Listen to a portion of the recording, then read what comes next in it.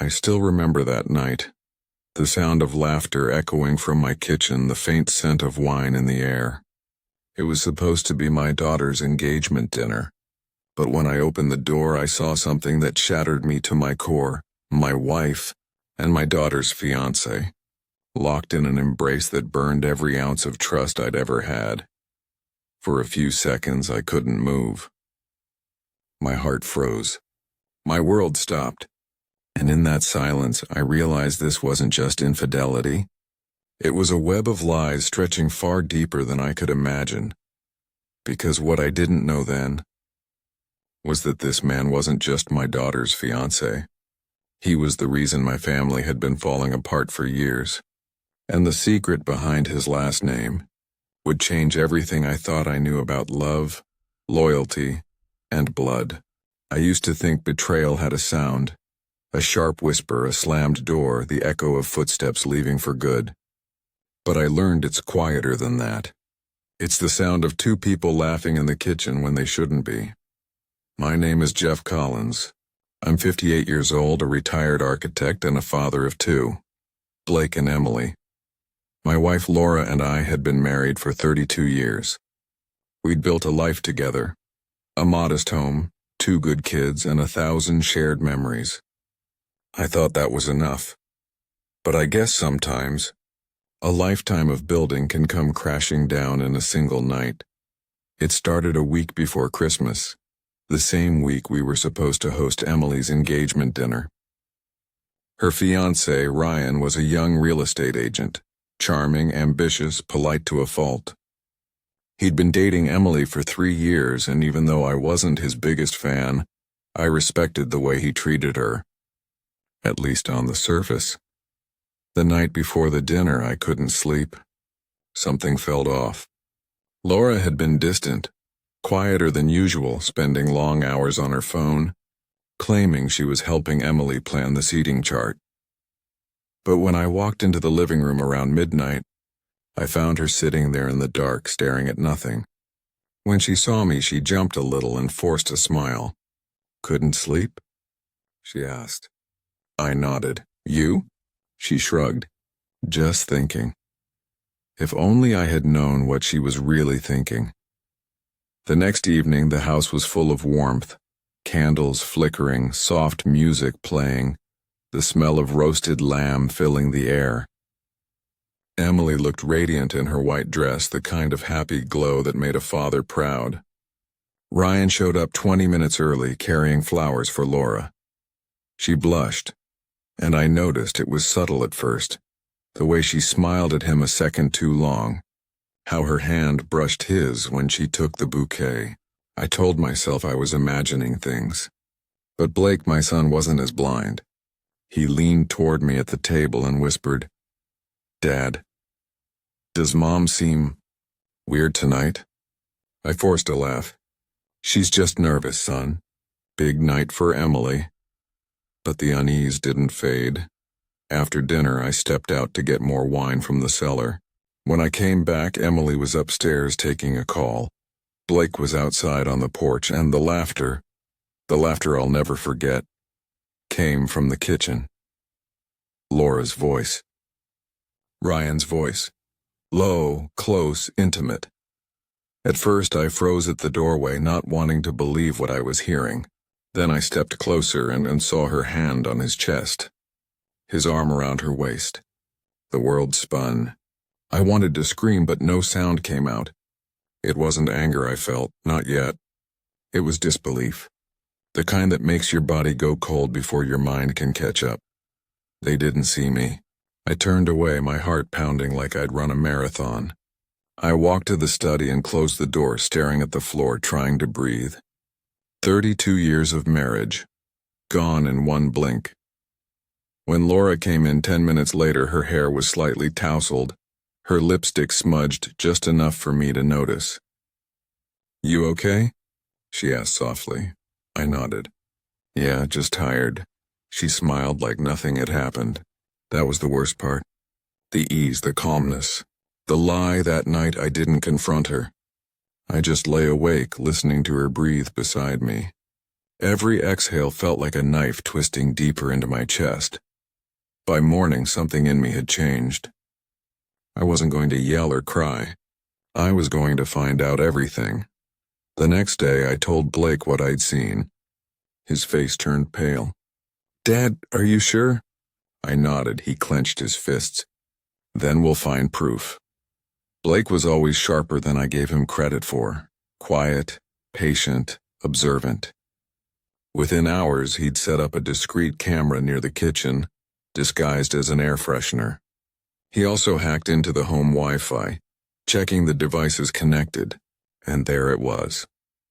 Ryan's phone had been connecting to our network every few nights for the past 2 months. He'd been coming over when Emily was out of town for work. The betrayal was real. But what Blake found next, that's when the story took a darker turn. Ryan wasn't who he said he was. Blake dug deeper into Ryan's background. His real estate license was legit, but the company he worked for? It was linked to one of my old architectural firms, a firm I left 2 decades ago after a messy partnership collapse involving financial fraud. And the man who orchestrated that fraud, the man who nearly destroyed my career, was named Charles Denton. Ryan's full name was Ryan Denton. When Blake told me, I felt the blood drain from my face. It wasn't coincidence.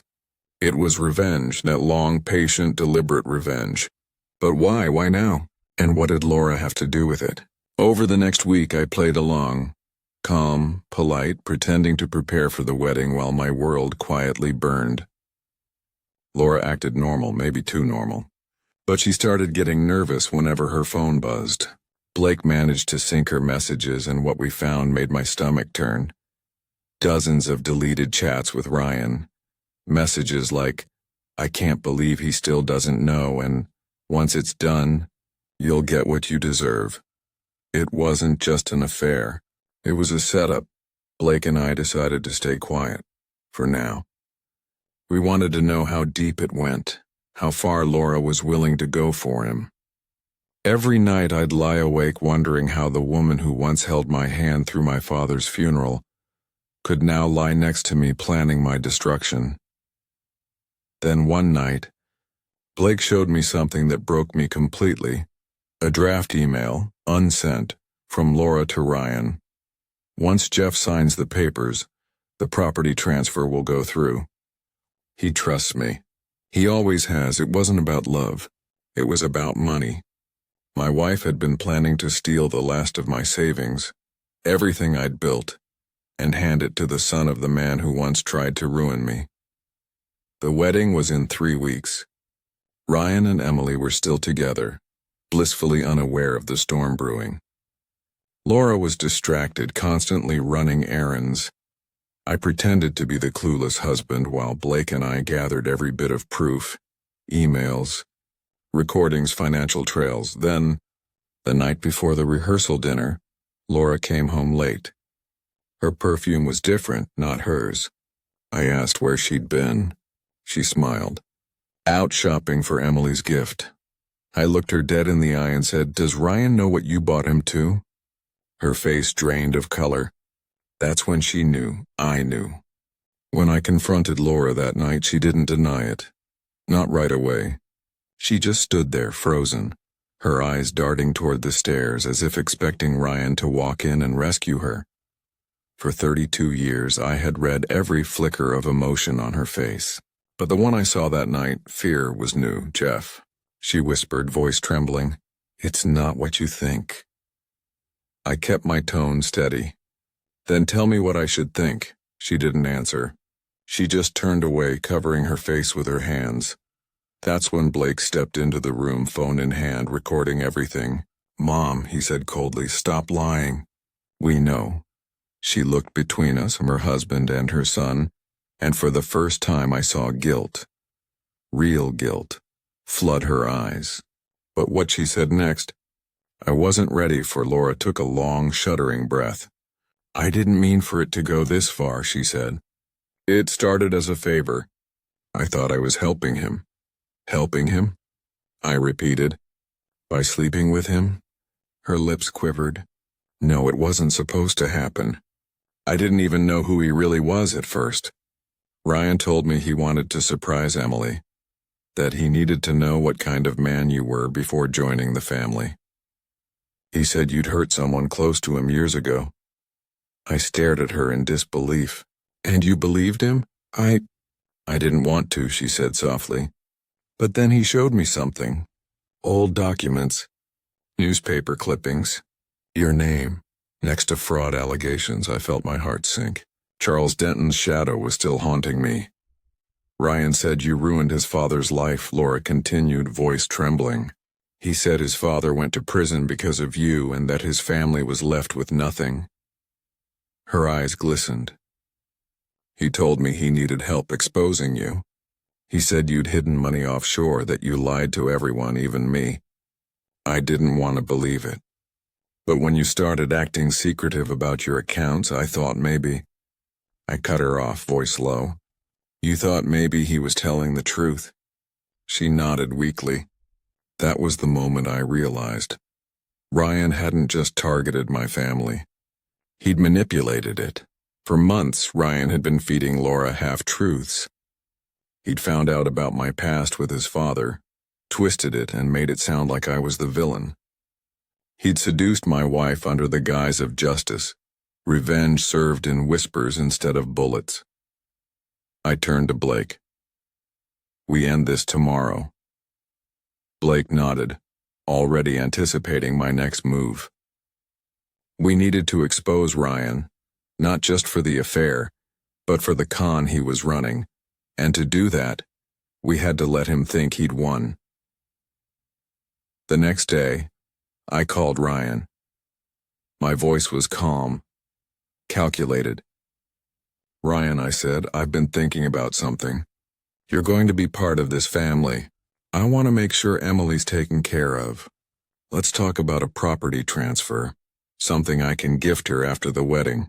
There was a pause, then the sound of his eager breath. That's incredibly generous, sir. Come by the office tomorrow, I said. We'll handle the paperwork privately. When I hung up, Blake smirked. You're baiting him. Exactly. He wants my signature. He's going to get it. On camera. The next morning, Ryan walked into my office wearing a designer suit and that smug smile I used to mistake for confidence. He sat down across from me, setting a folder on the table. Inside were forged documents, a power of attorney, property deeds, and bank account transfer forms. The signature line was blank, waiting for my hand. I've taken the liberty of preparing everything, Ryan said smoothly. This will make things easier for Emily. You know how emotional women can get about money. I almost laughed. I'm sure you'd know all about that, he smirked. It's just business, Mr. Collins. I leaned back. You remind me of your father. The color drained from his face. So he knew I knew. What did you say? He asked quietly. I said, I repeated. You remind me of Charles Denton, the man who tried to destroy me 25 years ago. Ryan's jaw tightened. You mean the man you did destroy? My father spent 5 years in prison because of you. Your father stole $3 million from our clients, I said sharply. He forged my signature on every document, and when it all came crashing down, he begged me to take the fall. I refused, so he ran. Don't rewrite history. Ryan's eyes burned with hatred. He died broke, humiliated. Do you know what that does to a child? I do, I said quietly. It turns them into you. Blake was hidden in the adjacent room, recording everything. Every word, every threat, every lie. Ryan's calm facade began to crack. Laura told me you were different now, but you're still the same arrogant bastard who ruined everything. He leaned forward, his tone venomous. You deserve to lose everything, your money, your wife, your daughter. I kept my voice low. Careful what you wish for, he sneered. Oh, I already have everything I want. You'll be signing that paper today, or Emily finds out about me and Laura. My stomach turned, but I forced a smile. You think you're holding the cards, I said. But you forgot one thing. I designed this house. He frowned. Then the click sounded, the intercom on my desk lighting up red. Blake's voice filled the room. Got everything, Dad. Ryan's face went white. Before he could move, Blake stepped out, phone in hand. Smile for the camera, he said coldly. Fraud, blackmail, adultery. That's a good combo. Ryan lunged for him, but I stepped between them. It's over, I said. You're done. He glared at me, chest heaving. You think this changes anything? Laura still loves me. Emily's too naive to believe you. Maybe, I said softly, but she'll believe the footage. Ryan froze. For the first time, the mask slipped, and I saw fear. You recorded this? Every second. He stumbled back, muttering under his breath, and bolted for the door. But Blake was faster, blocking his path. Get out, Blake said, and stay out of our lives. The next time we see you, it'll be in court. Ryan's eyes darted between us, father and son united, and I could see it click in his mind that the game was over. He left without another word. That night I sat in my study, staring at the empty glass of whiskey on my desk. Laura hadn't come home yet. Blake had gone to Emily's place to keep her distracted while I figured out what to do next. When the door finally opened, Laura walked in, her face pale and streaked with tears. You recorded him, didn't you? She whispered. I nodded. She broke down, sinking to the floor. I'm sorry, Jeff, I didn't know what to believe. He said you were lying, that you hid everything from me. I was scared. I made the worst mistake of my life. I wanted to yell, to break something, to release the fury burning inside me. But instead I just whispered, You didn't just betray me, Laura, you betrayed our family. She looked up, eyes desperate. Please, give me a chance to make it right. I stared at her for a long time. Then tell Emily the truth, and before I do. The next morning, we gathered in the living room, me, Blake, Emily, and Laura. Emily had no idea why she'd been called home early from work, but when she saw the look on my face, she grew uneasy. Dad, what's going on? I didn't answer. I pressed play on my phone. Ryan's voice filled the room. You'll be signing that paper today, or Emily finds out about me and Laura. The silence that followed was unbearable. Emily's hands flew to her mouth. Mom, she whispered, trembling. Please tell me this isn't true, Laura sobbed. It started as a mistake. I didn't mean for... Emily screamed. Stop. You were with my fiancé. I turned away, unable to watch my daughter's heart break. She ran upstairs, slamming her door. Blake followed quietly, leaving me and Laura in the wreckage of what used to be our home. By evening, Emily had ended the engagement. Ryan tried calling, texting, begging, but she blocked him. The video of our conversation found its way to the authorities, and within weeks, Ryan was charged with multiple counts of fraud and coercion. His revenge had failed. His name, like his father's, would be remembered for deceit. Laura moved out a month later. We spoke only once after that. She said she wanted forgiveness. I told her forgiveness takes time and distance. Blake helped me rebuild what was left of our family. Emily eventually found peace, throwing herself into work and therapy. As for me, I found solace in silence, in long walks, old music, and the quiet company of honesty. I didn't tell the world what happened. I didn't need to, because in the end, truth has a way of speaking louder than revenge. When the storm had finally passed and the house fell quiet again, I thought the worst was behind us. Ryan was gone, Laura had moved out, and Emily had started putting her life back together. I told myself that time would heal the damage, that the silence in the house was peace and not absence. But silence has a way of whispering things you don't want to hear. It began with a letter. It arrived on a gray morning tucked between bills and advertisements. No return address, just my name written in neat, unfamiliar handwriting. Inside was a single sentence. The truth about Ryan isn't finished. I stared at the paper for a long time, my pulse steady but heavy. There was no signature, no hint of who sent it. Just that one line that felt more like a warning than a message. I tore it up and threw it away. I wanted to forget. But forgetting is a luxury guilt doesn't allow. A week later, Blake came to visit.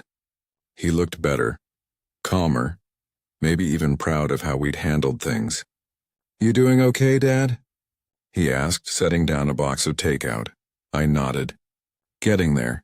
He hesitated. "You heard anything from Mom?" I shook my head. "No, and that's for the best." He didn't argue. He just looked at me for a moment, then said quietly, "Emily's been asking questions. About Ryan, she thinks there's more to it." I sighed. There's always more to it. That night, when I was alone again, I opened my laptop and searched the name Ryan Denton. I'd done it before, but this time I dug deeper, through property records, archived reports, and financial logs. Most of what I found I already knew. Forged documents, manipulation, money trails that led nowhere. But then something strange appeared. An old hospital record, encrypted but partially visible. I recognized the date. It was the year Laura and I separated briefly after Blake was born. And the name on that record wasn't Ryan Denton. It was Ryan Collins. My breath caught. For a moment I thought it was just a coincidence. Another Ryan.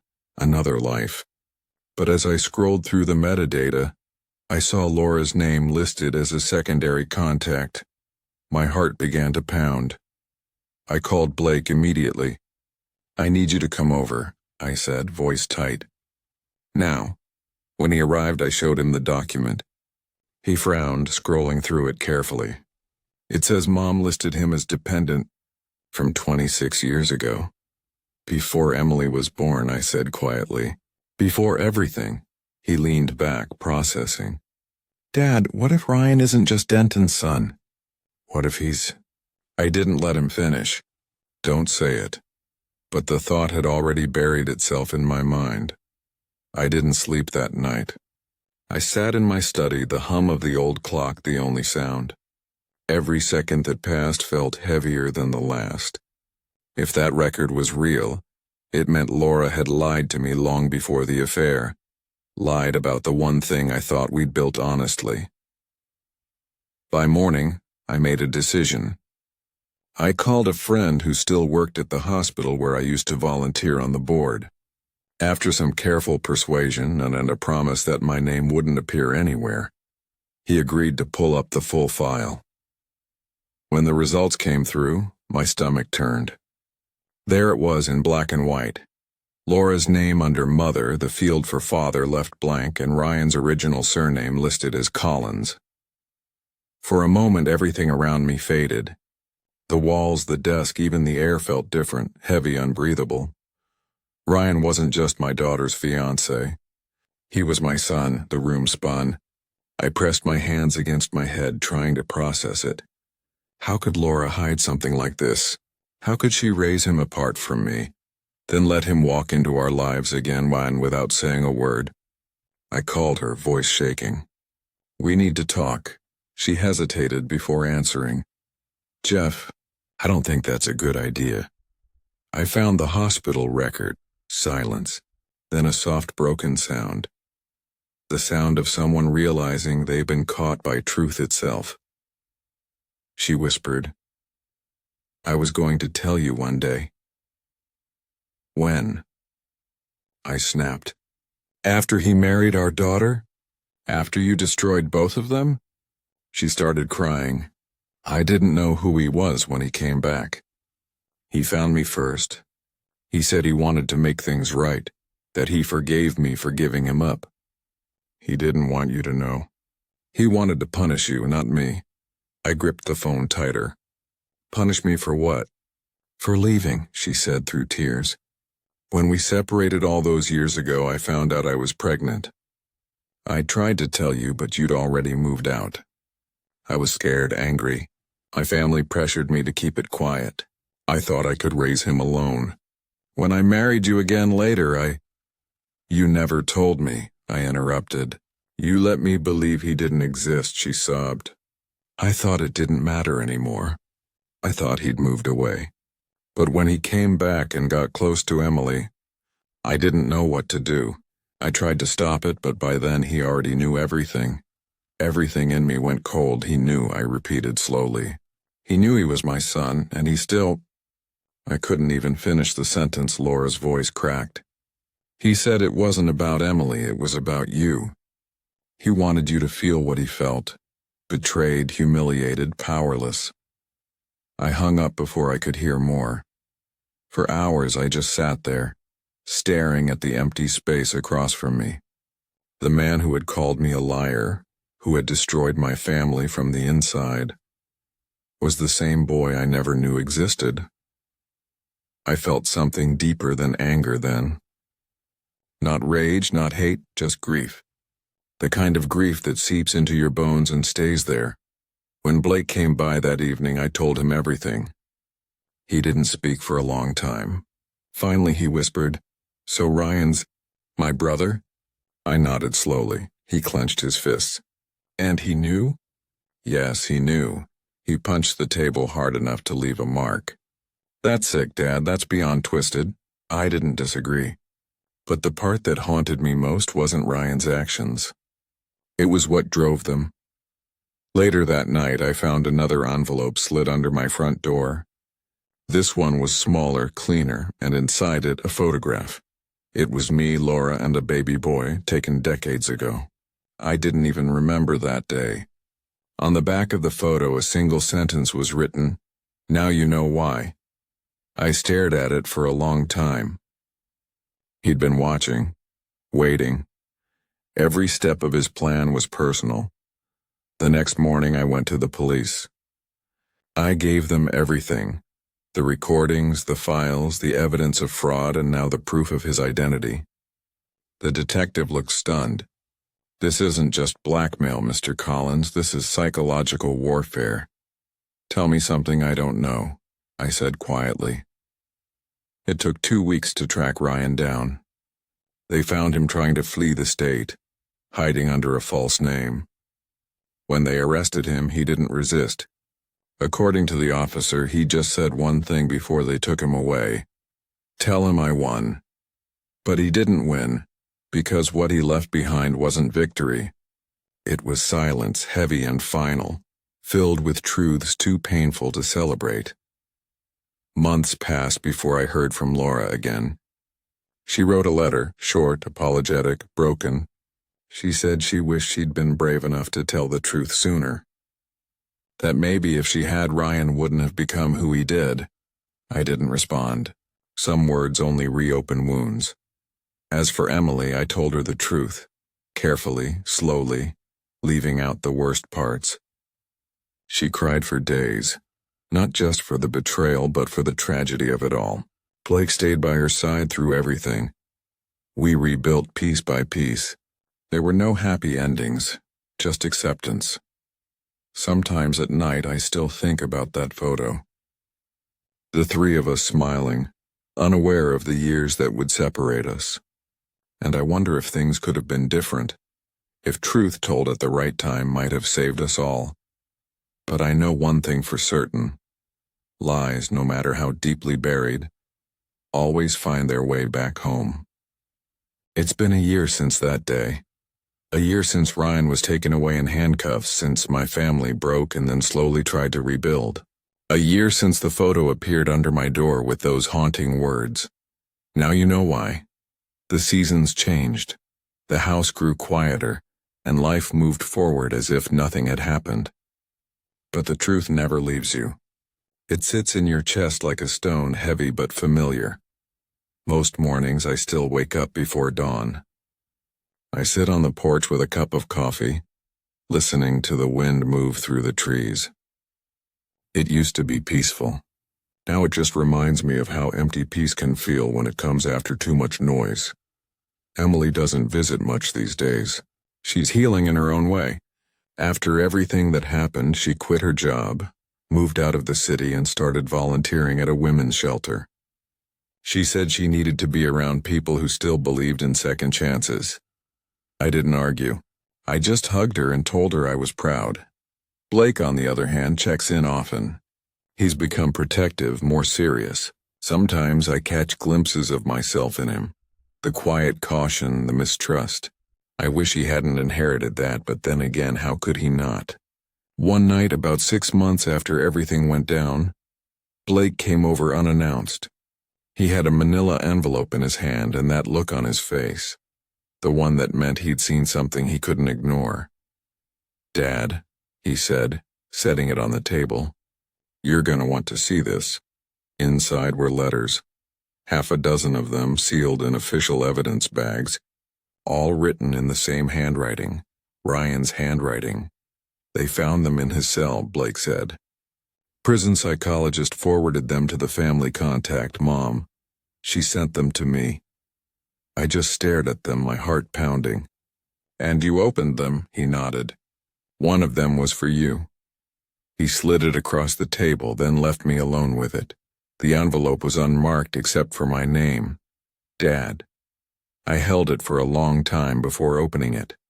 My hands trembled slightly, not from fear, but from something deeper. I unfolded the paper slowly, expecting anger, hatred, or blame. But the first line stopped me cold. "I don't expect forgiveness. I just wanted you to understand why." He wrote that he'd spent years watching from the sidelines, knowing who I was, but too bitter to reach out. That his mother had told him stories, some true, some not, about how I'd abandoned them. How I'd built a new family while he grew up fatherless. When I found Emily, he wrote, I didn't know who she was. Not at first. I just knew her last name. And it scared me, but then it intrigued me. Maybe I thought if I could have what you had, I'd finally take something back. The words blurred as I read. He described the obsession that followed. How every moment with Emily felt like revenge and redemption tangled together. How when Laura found out, she begged him to stop. How he promised her he would, but couldn't. It wasn't love, Dad, not the real kind. It was hunger. I wanted to see you crumble. I wanted you to feel small, helpless. Like I did when I realized the man I hated didn't even know I existed. My chest tightened. But when I finally saw your face that night, the look in your eyes, I realized I wasn't punishing you. I was destroying myself, and maybe that's what I always wanted.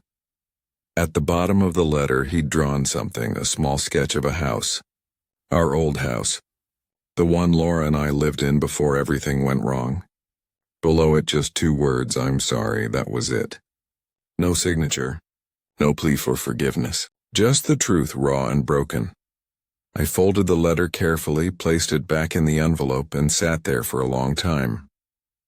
The room felt smaller, like the walls were closing in. Blake came back inside quietly. You okay? I nodded, though I wasn't sure. He wasn't evil, I said softly. He was lost, Blake sighed. Doesn't make what he did right. No, I agreed.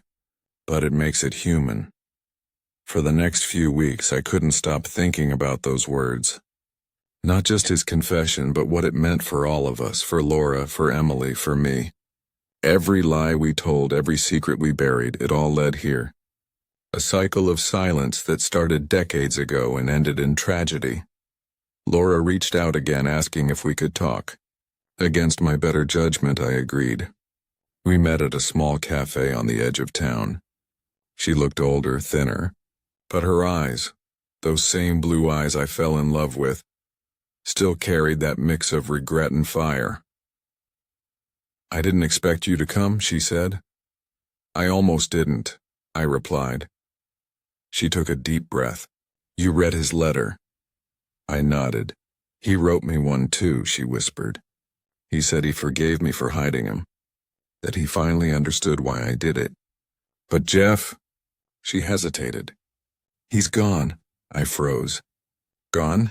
She nodded slowly. They said it was an overdose. Sleeping pills. The psychologist said he'd been quieter lately. Calmer. They thought it meant he was healing. My throat went dry. When? Last week I didn't know what to say. The world seemed to fade out for a moment. The cafe noises, the clinking cups, the voices, they all blurred into a distant hum. Laura reached across the table, her hand trembling. I know nothing I say will make this right, but I need you to know.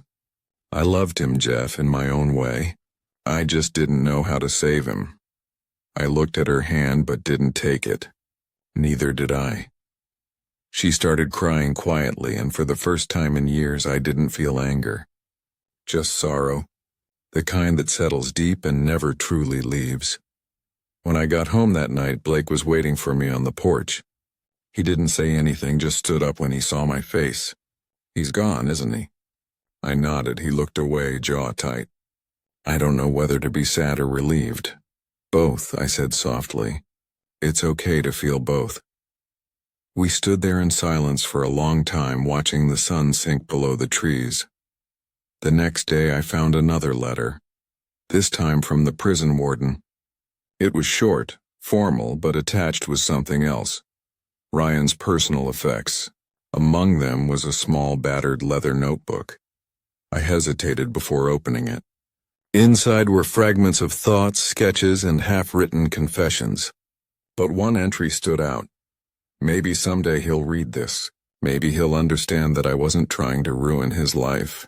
I was trying to be part of it, even if it meant destroying myself to do it. There was a page torn out near the end. In the crease of the binding, I found something folded. A photograph. The same one he'd sent before, but this time with something new written on the back. I wanted to be your son. I just didn't know how. I sat there staring at it for what felt like hours. Later that week, I drove to the old cemetery outside town. I asked for permission to bury his ashes there, next to my father's plot. The attendant gave me a puzzled look when I said the name, but I didn't explain. Some stories aren't meant to be told, just understood. As the ashes settled into the earth, I whispered the only words that came to me. I forgive you, son. The wind picked up soft but steady, carrying away the last trace of dust. Blake stood beside me in silence. When it was done, he placed a small wooden cross on the mound. For peace, he said quietly. We didn't speak on the drive home. There was nothing left to say. Months later, life found its rhythm again. Emily came home for Thanksgiving, her laughter filling the house in a way I hadn't heard in years. Blake brought his girlfriend, a kind woman who somehow made us all smile again. We sat around the table, the air thick with warmth and memory. For a moment I looked at the empty chair across from me and thought about all the dinners we'd never have, all the apologies that came too late. But then Emily raised a glass. To new beginnings, she said, and I realized that's what life is. Not erasing the past, but learning to live with it, to carry it without letting it define you. That night, after everyone left, I walked outside and looked up at the sky. It was clear, endless, the kind of night that made you believe in something beyond yourself. I thought of Ryan, of the boy he once was, of the man he became, of the broken bridge that might have been mended with just one honest word, spoken years earlier. I whispered again, quietly this time. You were my son. You always were. And for the first time in a long time, I felt something that wasn't grief. It wasn't forgiveness either. It was peace. Maybe that's all a father can hope for. The truth had taken everything from me. My marriage, my trust, my comfort. But in the end, it gave me something else, clarity. The knowledge that silence is the real poison, and that no secret, no matter how buried, ever dies quietly. As I turned back toward the house, the wind rustled through the trees behind me. For a moment it sounded like a voice, a whisper, thank you. I smiled faintly, not looking back. Some ghosts don't haunt you. They watch over you, and that was enough.